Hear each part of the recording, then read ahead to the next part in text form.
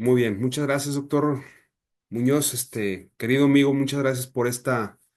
invitación, por el honor que me hacen de estar entre ustedes. Es para mí muy, muy grato poder compartir algo de lo que hemos, ido adquiriendo durante el transcurso del tiempo y dar el enfoque para que tengan una herramienta extra del manejo que ya ustedes día a día hacen en sus áreas de trabajo. Como elemento valioso y un personaje de toma de decisiones oportunas, ustedes juegan un papel fundamental e importante porque su toma de decisiones impacta en todo el pronóstico del paciente y les toca un aspecto injusto de la medicina que es poder resolver en muy poquitos segundos o minutos lo que llevó años, semanas, que hizo que condicionara este tipo de situaciones en los pacientes. Específicamente en los pacientes pediátricos es todavía más complejo porque no se pueden expresar de igual manera que un adulto. Incluso un adulto, sabiéndose expresar, le cuesta trabajo poder darse a entender, pues en un niño es aún más severo y difícil este tipo de expresión como tal. Les pongo un antecedente, pues desde que estamos en la Facultad de Medicina nos hacen el cuestionamiento que qué es una urgencia y qué es una emergencia médica para poder tomar decisiones. Y en oncología solo existe una urgencia oncológica real que amerita toda la atención y todo nuestro esfuerzo para poder llevarla a cabo. Y el síndrome medular es la urgencia por excelencia donde el equipo multidisciplinario tenemos que trabajar en conjunto para poderla resolver. Ese tan trillado dicho de que las enfermedades son un conjunto de signos y síntomas que se presentan en el síndrome medular se ven un poquito modificados porque hay situaciones que pasan dentro de la médula y situaciones que pasan fuera de la médula. Y su naturaleza es lo que me da la pauta para poderlo resolver en menos de 72 horas. Si ustedes y el equipo multidisciplinario, pero sobre todo ustedes, logran identificar este síndrome medular y lo logran derivar con el especialista, con el equipo multidisciplinario conformado por ustedes, pero que entre el neurocirujano, el radiooncólogo, este paciente puede recobrar, perdón, la función de sus miembros pélvicos y no dejarle secuelas. Por eso la importancia y por eso se está clasificando como una urgencia oncológica en forma, debido a que si no hacemos lo oportuno, lo correcto a tiempo, le quitamos la oportunidad al paciente. En un nene, en un menor, su centro de osificación y crecimiento en la columna, hablando de la génesis, anatomía y fisiología de la columna, los 6 años de edad es el parteaguas para que yo pueda dar dosis extremas de tratamiento o irme con manejos conservadores y no impactar en el crecimiento y desarrollo de ese centro de osificación. Porque todos los tratamientos que yo voy a dar de manera externa con haces de radiaciones, si lo empleo de forma empírica y no tengo el diagnóstico correcto, me voy a meter en una camisa de once varas donde no voy a dejarle posibilidad al paciente para sanar, para poderse curar. Es de suma importancia que en el área de urgencia ustedes, su personal de adiestramiento interno, residentes y el mismo personal médico se esté capacitando para poder conocer con lujo de detalle los dermatomas y sus manifestaciones clínicas, tanto para lo muscular como para lo sensitivo. Y aquí es donde yo les digo a algunos de mis conocidos y alumnos que sería como jugar a las 50 sombras de Grey, donde vas estimulando cada área y cada dermatoma para hacer este escolete y que se quede en la memoria y saber más o menos por clínica qué área o qué región dermatológica es la que está afectando por la raíz medular que se está comprometiendo, ya sea por una lesión intrínseca o extrínseca de la columna. El gran bonche de pacientes que llegan por un síndrome medular agudo, es decir, se instauró en muy poquitas horas. En menos de 6 horas, este paciente presenta una clínica que no había tenido preliminarmente. Estamos hablando de pacientes pediátricos. Es sumamente extraño que un paciente pediátrico nos llegue con cuadros de lumbalgias, paresia, parestesias, paraplejías, pérdida de la sensibilidad muscular y sensitiva. No es algo habitual que pase en un menor, y menos relajación de esfínteres y menos la pérdida de un esfínter. Y hacer una exploración metódica nos va a marcar la pauta y la diferencia para que podamos nosotros derivarlo a donde es. Volviendo a esto, es para nosotros muy importante el que reconozcan al menos esta entidad. Los tumores, que son la principal causa de un síndrome medular o una comprensión medular, lo hacen por la distribución de los grandes vasos que me dan todo el nutriente a la columna y a la parte principal del encéfalo. Mientras más afluencia o más cantidad de vasos sanguíneos yo tenga en esta estructura, más va a ser la posibilidad de tener una lesión en ese sitio. Por eso todas las lesiones que se encuentran arriba de la tienda del cerebelo, es más frecuente que yo tenga ahí su origen que lejos de la tienda del cerebelo donde hay un menor aporte sanguíneo. Pongo este como antecedente porque solamente en los nenes, estoy hablando de los niños, el astrocitoma es el que ocupa el primer lugar, y de los pacientes que llegaran a tener ustedes con un síndrome medular, lo primero que tienen que descartar es un astrocitoma.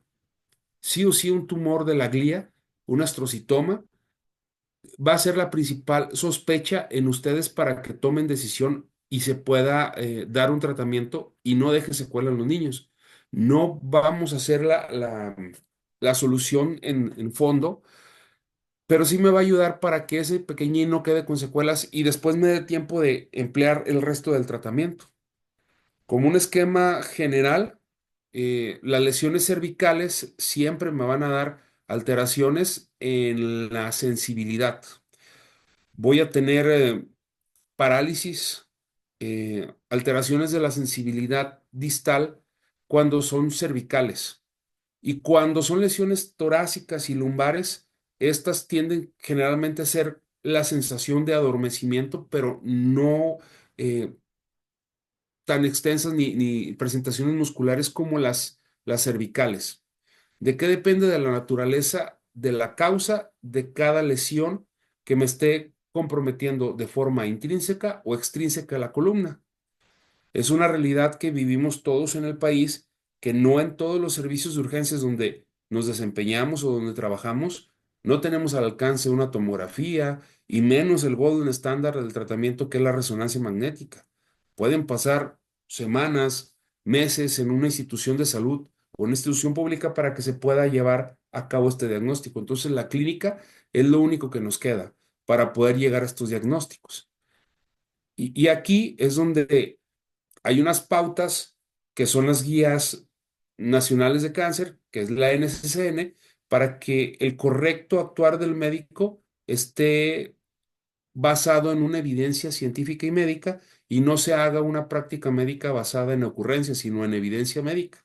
Esta es la actualización más reciente de las guías de la NCCN para tumores pediátricos del sistema nervioso central.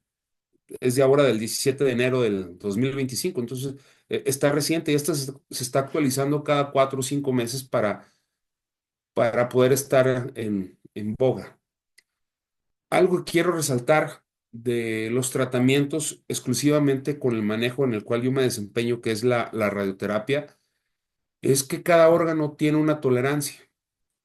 Y lo de menos sería radiar a todos y no pasa nada, pero el riesgo de generar yo una aplasia celular o dejar una secuela o un cuerpo vertebral que no termine de desarrollar y crecer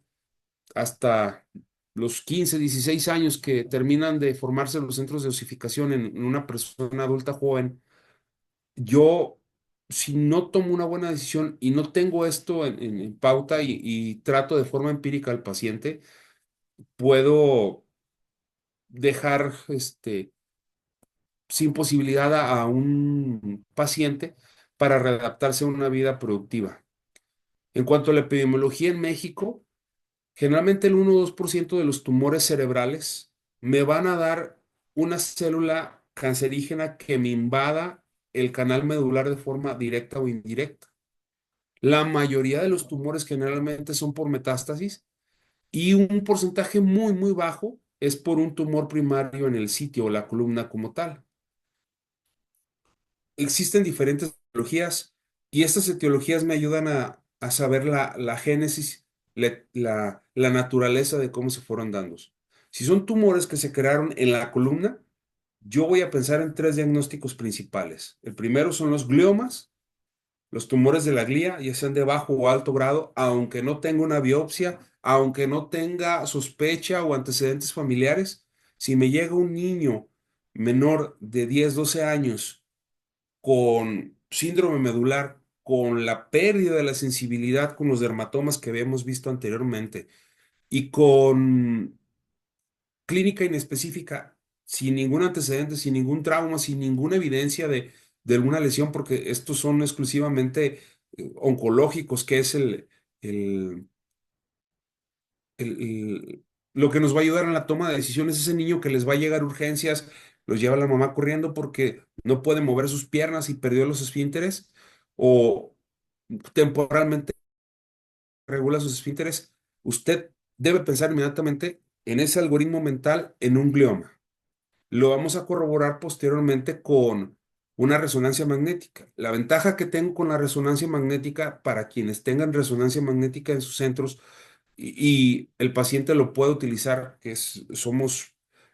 un grupo reducido, pero esto puede ayudar para no hacer algo invasivo. Se le pide una espectroscopía. La espectroscopía me ayuda a saber si se trata o no por imagen de un tumor germinal o de un glioma. La segunda causa es un meduloblastoma y la tercera son tumores de células germinales o linfomas, que se acompañarían con síntomas B y otro tipo de acervos. Esa es la primer orientación como tal que ustedes deben sugerir por clínica para poder derivarlo de forma inmediata al equipo multidisciplinario y ustedes empezar con manejo médico que enseguida abordaremos. El segundo universo de posibilidades diagnósticas es una lesión metastásica, que sería su segundo pensamiento. Generalmente, los niños menores de 10, 12 años vamos a tener tumores de tipo Ewing, leucemias y linfomas. Sobre todo leucemia linfoblástica aguda es la que más va a predominar y esto me puede producir también un síndrome medular. Y muchos pacientes pueden llegar con esta manifestación de un síndrome medular y por hallazgo y después de que le hagan todo el protocolo de estudio se dan cuenta que tenía una leucemia o un linfoma. Y el tercero es por un trastorno de tipo infeccioso, que me dará más tiempo y se acompañará de síndrome febril y otro tipo de causas que no voy a tener una lesión tumoral.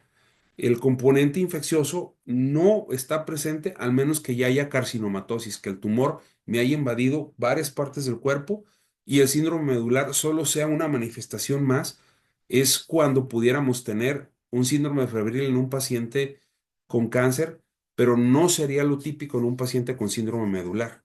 no en un paciente pediátrico. ¿Cuáles son los factores de riesgo que más voy a tener? Hay tumores como la neurofibromatosis, hay tumores como linfoma y hay tumores como la mononucleosis infecciosa, la enfermedad del beso, que me pueden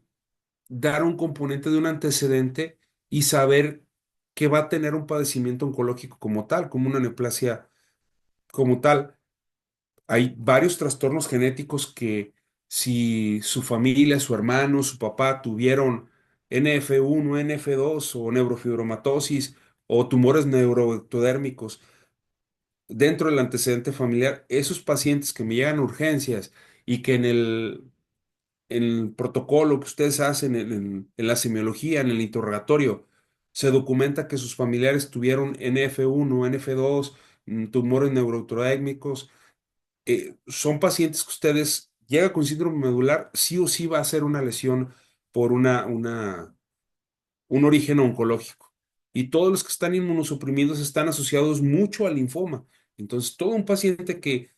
venga de padres con VIH o hayan tenido antecedentes están inmunocomprometidos, ustedes inmediatamente su primer causa de lesión va a ser este tipo de tumores. ¿Qué presentación clínica típica voy a tener del paciente que les llegue urgencias a la sala de espera o que lo ven en la consulta? Es un dolor con una escala visual del dolor arriba de 8. El dolor no puede ser mitigado. Es cierto que la mayoría de las lesiones oncológicas no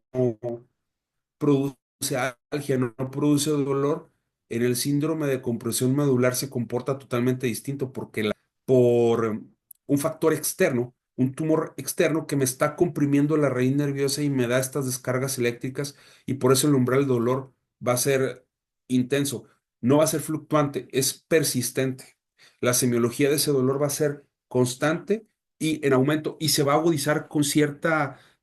facilidad cuando aumentamos el ángulo de movilidad del paciente. Va a estar acompañado sí o sí de alteraciones musculares y sensitivas, paraplejías y parestesias. El paciente siempre va con clínica y siempre son juntas. Tiene alteraciones de la sensibilidad y tiene alteraciones musculares porque el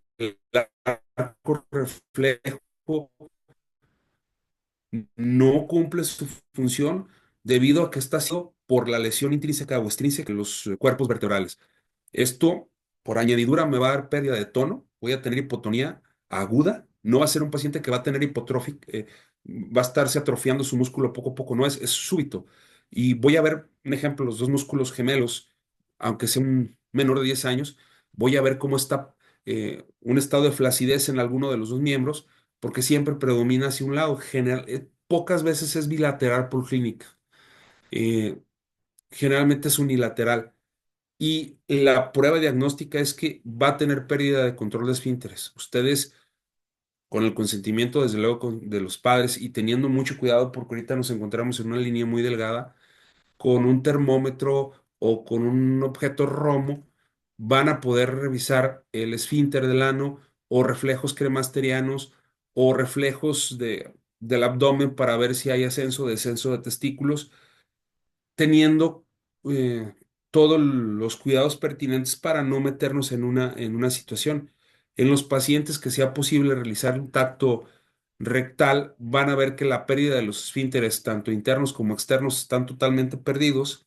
Y esto sería la cereza en el pastel para darse cuenta que se trata de un síndrome medular. Tenemos que poner tres pautas. La primera pauta es el síndrome medular agudo. Es el que se instaura en menos de 6 días. El subagudo, que es de 6 días a 2 semanas, y el crónico, aquel que tiene más de 2 semanas. Pacientes que tengan un síndrome medular agudo en las primeras horas, recuerden que tenemos 72 horas, ya cuando se haya perdido el esfínter vesical o rectal, tenemos 72 horas para recuperar esa función y que no quede con secuelas ese paciente. Recordar una vez más esta gráfica que nos va a dar una pauta rápida de dónde pudiera estar la lesión porque vamos a tener pérdida, sí o sí, lo que está en rojo nos muestra que va a haber pérdida de sensibilidad y pérdida sensitiva y motora. Y mientras más distal sea la lesión, voy a conservar la fuerza muscular, pero no la sensibilidad como tal. Es una guía muy rápida para que ustedes puedan darse cuenta a qué nivel pudiera estar la lesión y luego corroborarlo con un estudio de imagen. Sí o sí, el diagnóstico de síndrome medular empieza por un aspecto clínico que es lo que todos tenemos en nuestros campos de trabajo y por desgracia tenemos un campo limitado porque el golden estándar para el diagnóstico de síndrome medular es sí o sí la resonancia magnética. Pero en la anamnesis que hagamos del paciente y la historia clínica que hagamos con él nos va a dar esa pauta, ese abanico amplio de posibilidades para poder detectar al menos por clínica qué dermatoma es el que está comprometido para yo poder abordar de forma rápida y empezar con analgesia, que es lo primero que te marcan las guías de la NCCN para poder tratar a estos pacientes. El segundo es el examen físico completo, el cual nos va a dar más elementos de orientación y poder llegar a una probable causa etiológica que se pueda resolver, ya sea con cirugía, ya sea con radioterapia o con quimioterapia, dependiendo la hipótesis que nos hagamos. Y si las otras hipótesis no cuadran mucho porque no se integra bien un diagnóstico sindromático, un diagnóstico nosológico o anatómico, entonces estamos obligados a realizar una punción lumbar que sí lo pueden también hacer en sus centros de trabajo para descartar un aspecto infeccioso, solamente descarte. La clasificación de los tumores medulares, pues, se va a basar en cuatro grandes ejes. Tumores que están dentro de la médula, tumores que están fuera de la médula. Los que se encuentran fuera, dentro de la médula, generalmente son de origen primario en columna, como ependimoma, meduloblastoma, schwannoma, etc. Los que son tumores extramedulares generalmente son por una situación de migración de las células a través del líquido cefalorraquídeo o por afluentes sanguíneos que me ayudan a diseminar la enfermedad como tal y que lleguen a alguna estructura intrínseca, sobre todo extrínseca en este caso de los tumores. Hay otros que están dentro o que son intramedulares y otros extramedulares. Los intramedulares eh, pueden y la mayoría siempre por su circulación, y era lo que mencionaba al inicio de la plática, según la vascularidad que tengan, generalmente son tumores de origen benigno, como un amartoma, un meningioma, pero tienen una resolución un poquito más lenta y no me va a dar una clínica tan aparatosa como aquellos que son intra y extramedulares. Y la última, como criterio diagnóstico o para saber más bien qué naturaleza en la clasificación de los tumores medulares, generalmente se presenta en adultos, por eso la dejé al último y es poco frecuente que se presente en un niño. De hecho, la serie reporta nada más uno o dos casos en millares, entonces va a ser poco común o poco frecuente que un paciente tenga una lesión o un tumor extradural en un síndrome de compresión medular, un síndrome medular como tal. El tratamiento inicial, y aquí es donde ustedes toman dominio completo cuando ya vieron el niño, le hicieron su anamnesis, hicieron su valoración clínica, ven que están afectados los dermatomas, checan que los esfínteres están perdidos y hay dolor. Lo primero que tenemos que hacer es una estabilización neurológica, evaluar por orden de importancia, conservar mediante métodos invasivos, pero si tiene globo vesical hay que colocar una sonda Foley para poder drenar ese globo vesical que tiene el paciente, la analgesia, el dolor, peso, talla de los pacientes con la escala de dolor y el uso de esteroides tiene que ser muy consensuado. Pacientes menores de 10 años y que estén en un intervalo de 25 kilos 4 miligramos de Dexa, de un esteroide, un corticoide, es la dosis indicada por las clínicas de cáncer americanas para empezar el manejo de los pacientes oncológicos. Y después cualquier AINES que ustedes así lo ven oportuno y que no tenga ninguna repercusión con una comorbilidad que tenga el paciente. La segunda acción inmediata que tienen que hacer es una descompresión quirúrgica. Aquí el neurocirujano tiene que evaluar, pero va a necesitar un estudio de imagen donde se compruebe dónde está la afección, dónde está la compresión y saber si él puede hacer un abordaje quirúrgico en ese momento. Si el paciente no es candidato a un tratamiento quirúrgico y se conoce la naturaleza del tumor, hay tumores que son sensibles a la quimioterapia pero la respuesta no va a ser inmediata. Esos pacientes van a tardar más y hay tumores que la mayoría son sensibles a la radiación y estos pacientes sí los podemos tratar con algo que se llama radiocirugía y en menos de 72 horas revertimos el cuadro y el paciente recupera la función de sus esfínteres, la sensibilidad y la fuerza muscular. Posterior a hacer el primer manejo, que es las emergencias neurológicas y el dolor, tenemos que estar haciendo una evaluación cada 4 horas como lo marcan las guías, Sé que es un poquito tedioso, sé que es un poquito de gasto de insumo de personal humano médico, pero es lo que ha dado mejores resultados en cuanto a la resolución de los pacientes y poder tener una acción que en verdad impacte en el beneficio de las comorbilidades de todo lo que llegara a suceder con estos pacientes. Si el paciente se somete a cirugía, la resolución de un procedimiento quirúrgico bien hecho en manos expertas, en menos de 12 horas postoperatorio recupera la función sin ningún problema. Hay pacientes que no cumplen criterios para radiar, para tratarse, perdón, con un acto quirúrgico y tienen que ser sometidos a alguna alternativa, y esta es la radioterapia. Y hay dos tipos de radioterapia. La radioterapia convencional, que es darle cantidades de radiación, no van a tener un efecto secundario nocivo,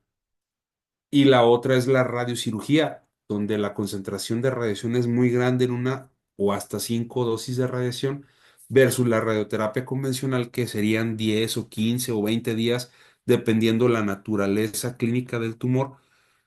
que, agrego, ningún paciente se debiera tratar de forma empírica, porque pudiéramos estar subutilizando el tratamiento y después le quitamos la oportunidad de recibir un tratamiento adecuado. Y la quimioterapia, si tenemos la naturaleza, si sabemos que es un tumor de células germinales, si es un linfoma, si es una leucemia, se pueden ver beneficiados, pero este grupo pequeño de pacientes que se van por tratamiento sistémico, por quimioterapia, generalmente no recuperan la fuerza y la movilidad de sus miembros pélvicos por la respuesta que no es tan inmediata como las otras dos que son de forma más aguda. ¿Cómo manejaríamos las secuelas? Pues definitivamente necesitamos un equipo multidisciplinario. De nada sirve que ustedes hayan logrado diagnosticarlo, pasarlo con el especialista, pero si no se le da un acompañamiento y le damos una rehabilitación a ese paciente, no vamos a tener nunca un buen resultado y va a terminar por perderse esa función. El apoyo psicológico sí o sí, porque muchos pacientes quedan con atrofia de músculo o de extremidades y necesitan un manejo y una concientización por tanatología, psicología, un psicopediatra, para que pueda salir adelante este nene. Y a largo plazo, estos pacientes, si no se logró resolver bien el cuadro, recaen en menos de 2 semanas y los tenemos otra vez hospitalizados por esta misma causa. Entonces, sí es muy importante que se tenga este manejo multidisciplinario como tal para poderlo remitir. ¿Qué pronóstico voy a tener con cada uno de los pacientes? Sean, eh, tenemos una realidad, un reto muy grande, y ustedes lo han visto en sus centros hospitalarios. En un paciente, para que se diagnostique cáncer, porque la única manera de saber si tiene o no algún tipo de tumor es con el reporte de patología. Y para hacer una biopsia y poder llegar a ese diagnóstico con una biopsia, mínimo en el centro que ustedes me digan público, se van a llevar bajita la mano y yendo a hablar personalmente con el patólogo y poniendo en sintonía a todos a neurocirujanos, se van a llevar de 3 a 4 semanas. En ese momento el paciente ya quedó con la secuela. Entonces, este tipo de situaciones impacta en que el paciente quede o no con secuela secundaria A. ¿Qué se tiene que establecer? Un protocolo, y ustedes pueden ser pioneros y ustedes pueden ser punta de lanza en sus centros y acercarse con enseñanza, con los residentes que están haciendo sus protocolos y decir, vamos a instaurar un protocolo de síndrome medular, y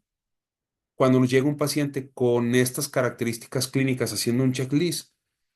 se va a activar el código columna. Y este código columna, así como existe el código cerebro, así como existe el código infarto, el código 100, el código mariposa, nos obliga al equipo multidisciplinario a romper burocracias para que esos pacientes, en ese momento cirujano, esté viendo y resuelva si o no se puede abordar. Si no se puede abordar, se puede hacer o no una biopsia. Si se puede hacer una biopsia, el patólogo tener un reporte transoperatorio o un reporte inmediato en las primeras 24 horas, y ya teniendo el diagnóstico preciso, saber si ese tumor por la naturalidad o la histología del tumor, saber si es quimio y radiosensible y completar el tratamiento en este paciente. Eh, Generalmente la mayoría de los tumores medulares tienen una tasa de crecimiento acelerada. Las mitosis o el poder que tienen para duplicarse es muy, muy elevado. Entonces,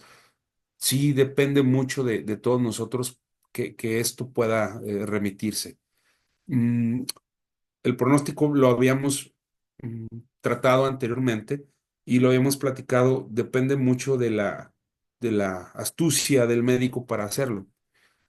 Y es que existen varios preceptos. Todavía para el 2015, 2019, si el paciente tenía varias lesiones metastásicas, lo dejaban fuera de cuidados eh, de soporte o le daban nada más cuidados paliativos y lo dejaban a un lado. Actualmente, del 2018 para acá, se establece que si hay enfermedad que se llama oligometástasis, quiere decir, tengo tumor digamos, linfoma, y tengo varios sitios de tumor y estos son menos de 5 sitios de tumor, eso se llama enfermedad oligometastásica. Si el paciente tiene un buen estado funcional, tiene todavía todas las aptitudes para poderse valer por sí mismo y no depende de muchos instrumentos, ese paciente puede recibir el tratamiento de radicalidad, es decir, se puede todavía recuperar cuando la enfermedad es oligometastásica. Menos de 5 lesiones en toda la economía del cuerpo todavía es candidato a poderse curar aunque haya metástasis. Este es un concepto que ustedes nos tienen que ayudar a desarrollar porque en muchas ocasiones dicen, es que ya tiene metástasis, pues sí es natural, es el proceso y pues hay que dejar que se deteriore. Raramente ustedes hacen eso porque siempre son los que más luchan esas batallas, son los que lo ven primero, pero si hay enfermedad oligometastásica se le puede hacer bastante a ese paciente. Estos conceptos de oligometástasis son para hacer como un triage oncológico y saber qué pacientes le van ustedes a poner todo el recurso, le van a poner todas las ganas para si activaron ya el protocolo que estamos nosotros ahorita de forma empírica planteándolo y que sea un buen proyecto para alguno de sus unidades hospitalarias, si el paciente tiene una enfermedad oligometastásica, podemos hacer que ese paciente se documente y se cure y hacer una incidencia estadística de todos nosotros y que se denoten los tiempos de respuesta y cuánto se llevó llegar a la resolución de este tipo de pacientes, como lo hay en varios institutos, en varios centros hospitalarios. Varias corrientes nuevas como la genómica, la transcómica, la radiómica, utilizando cada área de expertise, se están sumando para que la inteligencia artificial llegue a un momento donde tome dominio de esto. Por desgracia no va a tener la calidez humana, pero se tome el dominio completo y demos una muestra de sangre, tome una muestra de imagen, haga un algoritmo y él solito nos va a dar el diagnóstico de forma temprana e incluso hasta el tratamiento. Entonces, hospitales como el Instituto Nacional de Neurología y Neurocirugía de la Ciudad de México, a través del doctor Sergio Moreno, el doctor Axayaca Gutiérrez, están empezando a hacer estos modelos de radiómica, que son los centros donde hemos visto esto, al igual el Centro Médico Nacional Siglo XXI, Bernardo Sepúlveda, donde tienen neurocirugía y neurología clínica, y el de pediatría ahí con el doctor Ainar en el Hospital Infantil de México, están pugnando para que estos modelos sean cada vez más llevaderos en cada una de las clínicas. Sí estamos viendo mucho a futuro, pero esto va a ser una realidad que pudiera ser alcanzable por nosotros. Ahorita tenemos solo la clínica para poder diagnosticarlo, pero este modelo nos puede llevar a detectar los síntomas de una forma temprana y que podamos actuar para poder tener un diagnóstico preciso que va a ser la piedra angular en todo esto, independientemente si se opera, si se da quimio, si se da radio, el tiempo, las 72 horas de ventana que les digo que tenemos, si se hace antes, pudiéramos recuperar ese paciente y que se integre a una vida funcional. ¿Qué desafíos tenemos para el manejo pediátrico? Pues todas las limitantes de insumos que tenemos en cada una de nuestras unidades médicas, pero gracias a la visión de colegios como ustedes, asociaciones como ustedes que están pugnando para que haya una apertura mayor, capacitaciones, eso hace posible que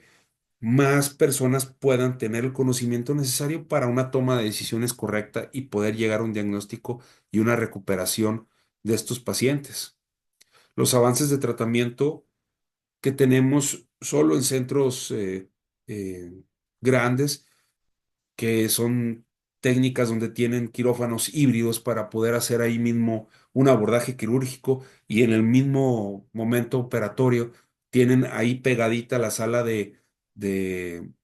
tomografía o de resonancia magnética, pues es una chulada, pero no todos lo vamos a tener. Entonces, si no tenemos esas herramientas, esos avances tecnológicos, pues pudiéramos irnos de una forma empírica con radioterapia, que sería su segunda opción de tratamiento, pero al menos deberemos tener una imagen que sustente nuestra hipótesis diagnóstica. Las terapias moleculares dirigidas, la inmunoterapia, el efecto Scopal, eh, son tendencias que se están estudiando ahorita para poder abordar y dar tratamiento a los pacientes de una forma eficiente sin invadirlos. Por desgracia, estas inmunoterapias, las terapias inmunodirigidas, los radiotrazadores, pues son sumamente costosos y no todos los centros tienen como tal, porque, insisto, se va a llegar en muy poco tiempo a tener estos modelos de atención médica, donde se tome la placa, se tome la radiografía o la tomografía o la resonancia magnética y el algoritmo va a empezar a orientar al médico para decirle, oye, ya tienes esto y me está dando en la espectroscopía de la resonancia magnética picos de colina elevados, quiere decir que es un tumor de tipo germinal, un glioma. Sigue una toma de biopsia y tomen la biopsia y la metamos a algún equipo diagnóstico de PCR y ya nos dé rápido la resolución y poderlos tratar. Porque en las ciudades como Monterrey, Guadalajara y México es donde tienen este tipo de insumos, están provistos de estas situaciones, pero el resto de la República carecemos de estas herramientas. Nos queda la herramienta que siempre ha funcionado desde Suros, que es la clínica, inspección, palpación, percusión, para poder llegar a un diagnóstico, al menos por hallazgos clínicos, y poder dar un abordaje eh, correcto a nuestros pacientes. Ojalá pudiéramos tener la herramienta de una resonancia magnética y es más que notorio cuando hay disminución o pérdida de la continuidad de, como en este tipo de casos, la resonancia, pero no siempre tenemos este tipo de elementos. Digo, es sumamente sencillo poder hacer el diagnóstico con este tipo de herramientas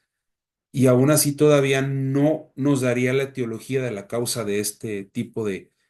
compresión como tal y hacer abordajes, porque ahorita en el país no tenemos en todos los hospitales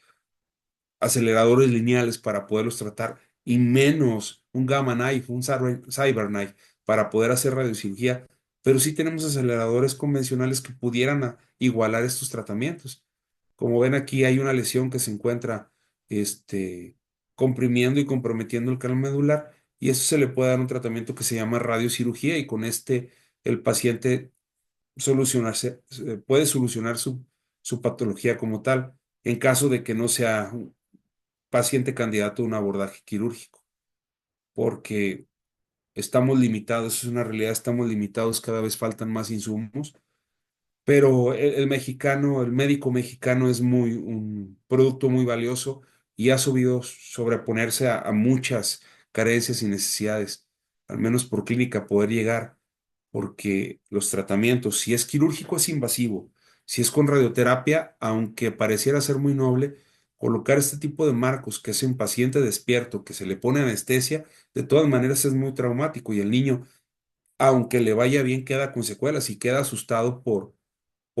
esto que es tan invasivo. O aunque sean mascarillas, que no es un marco como tal, muchos después desarrollan claustrofobias y varias psicosis o trastornos que no ser habitual. Y ojalá todos tuviéramos un equipo acelerado lineal, una resonancia magnética y un neurocirujano a la mano,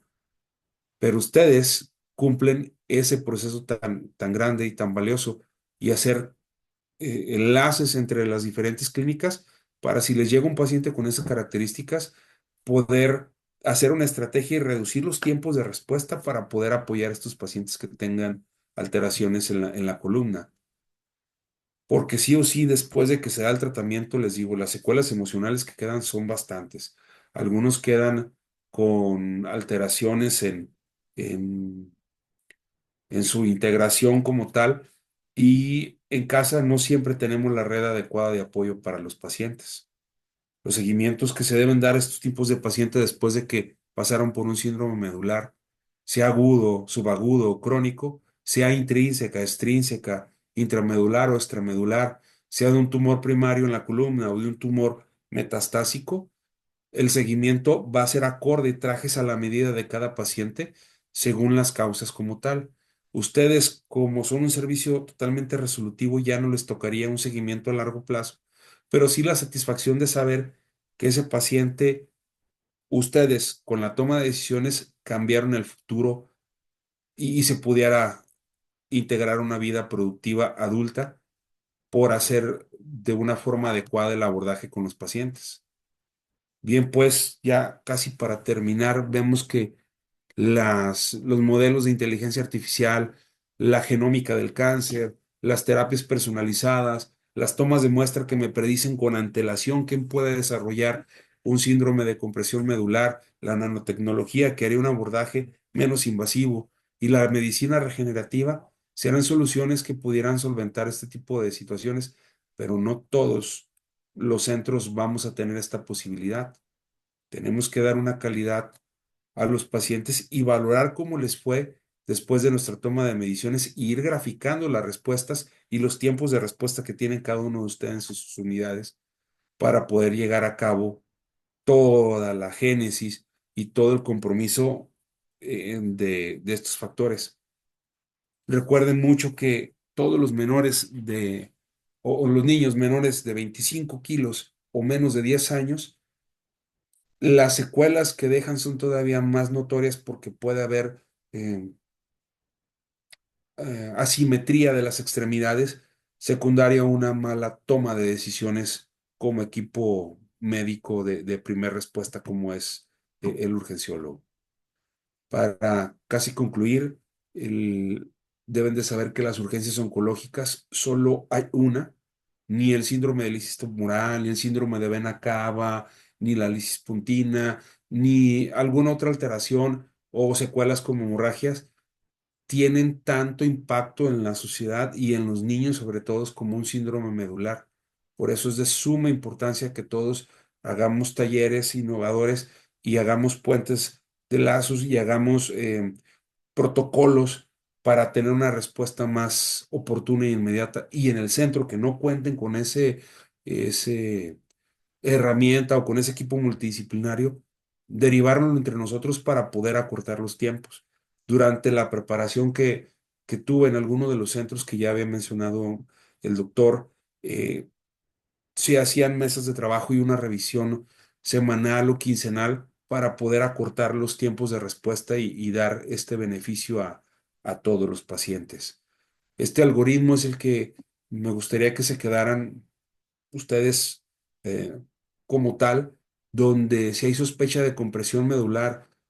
y el dolor de espaldas con una escala de EVA mayor de 6 o 8 y hay aparte acompañado pérdida de la sensibilidad y la fuerza muscular y estos trastornos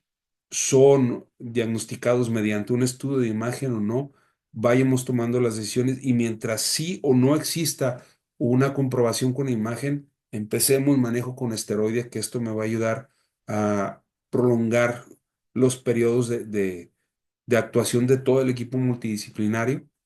Empecemos con un diagnóstico de imagen evocado. El Golden Standard es la resonancia magnética. Sé que algunos centros se van directamente por tomografía, pero la resonancia sería el, el insumo real que tendrían que ocupar. Mientras Más temprana sea la atención, en menos de 72 horas es mejor el resultado. Si se confirma eh,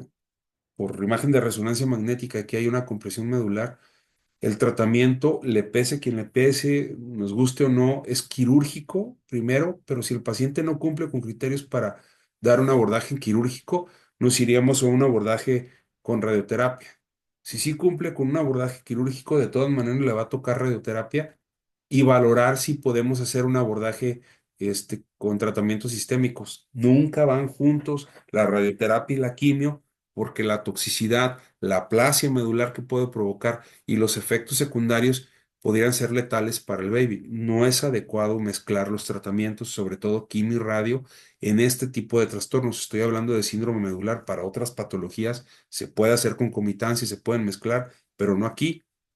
Si no tengo diagnóstico por imagen, tengo que hacer alguna confirmación histológica o revisar el historial del paciente para poder llegar al resto del algoritmo como tal. Ojalá todos tuviéramos, insisto, este tipo de equipos que solo hay en Monterrey, Guadalajara y México, y que en algunos centros que no son México, Guadalajara, Monterrey, como lo es Hermosillo, como lo es Campeche, como lo es Nayarit, que tienen aceleradores lineales que pueden suplir estas funciones con radiocirugía, pudiéramos hacer puentes de enlace entre todas las colegios médicos en todas las sociedades para poder dar una oportunidad de reintegrar estos grupos de pacientes a la sociedad.